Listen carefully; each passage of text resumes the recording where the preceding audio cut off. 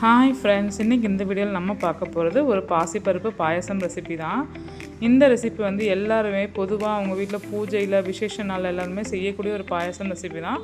கொஞ்சம் வித்தியாசமாக என்னோடய மெத்தடில் பண்ணியிருக்கேன். வாங்க இது எப்படி பண்ணலாம் அப்படிங்கிறத பார்க்கலாம். இதோட டேஸ்ட்டும் ரொம்ப அட்டகாசமாக இருக்கும்.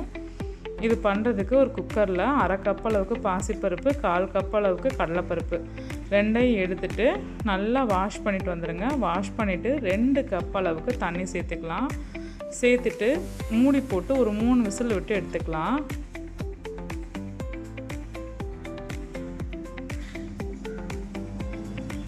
இப்போ விசில் வந்து நல்லா விசில் அடங்கினதுக்கப்புறமா குக்கர் ஓப்பன் பண்ணி பாருங்கள். நம்ம வேக வச்ச பருப்பு நல்லா பூ போல் மலர்ந்து வந்திருக்கு இல்லையா? இப்போது லைட்டாக மத்து போட்டு லைட்டாக மசிச்சு விடுங்க. ரொம்ப மசிச்சிங்க அப்படின்னா அது ஒரு மாதிரி மாவு கன்சிஸ்டன்சி போயிடும். அதனால் லைட்டாக மசிச்சு விட்டுட்டு ஓரம் எடுத்து வச்சுக்கோங்க. இப்போ இன்னொரு பவுலில் மாவு ஜவ்வரிசிம்பாங்களே, அந்த ஜவ்வரிசியை ஒரு 1/4 கப் அளவு எடுத்துக்கு நல்லா ஒரு 70% வேக வச்சு எடுத்துக்கிறேன். பாருங்கள், இந்த அளவுக்கு வேக வச்சு எடுத்துக்கலாம். இப்போது நம்ம மசிச்சு வச்ச பருப்பு கூட 2 கப் அளவுக்கு தண்ணி சேர்த்து நல்லா கரைச்சிட்டு, இது கூட நம்ம வேக வச்ச ஜவ்வரிசி இருக்கு இல்லையா, அதையும் சேர்த்துக்கோங்க. ரெண்டையும் சேர்த்துட்டு நல்லா மிக்ஸ் பண்ணிவிட்டு, இப்போ இந்த ஜவ்வரிசி வந்து ஃபுல்லாக வெந்து வரணும். அது வரைக்கும் நல்லா கொதிக்க விடுங்க.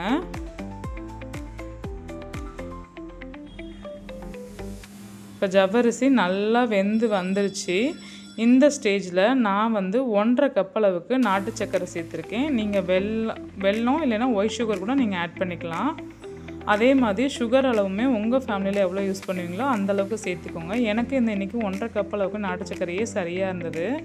இப்போ நாட்டு சர்க்கரை சேர்ந்துட்டு நல்லா மிக்ஸ் பண்ணி விடுங்க. மிக்ஸ் பண்ணி நல்லா கொதி வரட்டும். பாருங்கள், இப்போ நம்ம போட்ட ஜவ்வரிசி எல்லாமே நல்லா வெந்துருச்சு. இந்த ஸ்டேஜில் தாளிப்பு கரண்டியில் ஒரு ஸ்பூன் நெய் சேர்த்துட்டு, நெய் சூடானோன்னா முந்திரி பருப்பு, ஏலக்காய் ரெண்டும் தாளித்து இந்த பாயசத்து கூட நம்ம மிக்ஸ் பண்ணிக்கலாம்.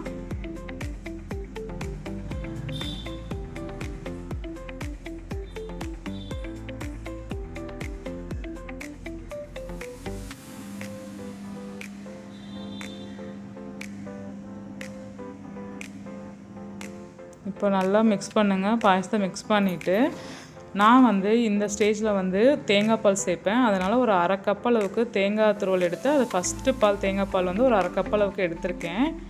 அதை வந்து இப்போ இது கூட ஆட் பண்ணிக்கிறேன். ஆட் பண்ணிவிட்டு நல்லா மிக்ஸ் பண்ணிட்டு ஒரு கொதி தான் வரணும். அதுலேயும் அடுப்பை வந்து நீங்கள் ஆஃப் பண்ணிக்கோங்க. பாருங்கள், இப்போ டேஸ்டான ஒரு பாசிப்பருப்பு பாயசம் ready.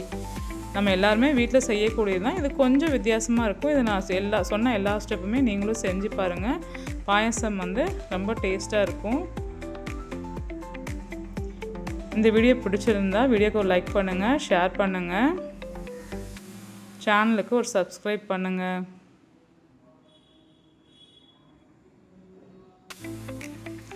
Happy eating, healthy eating.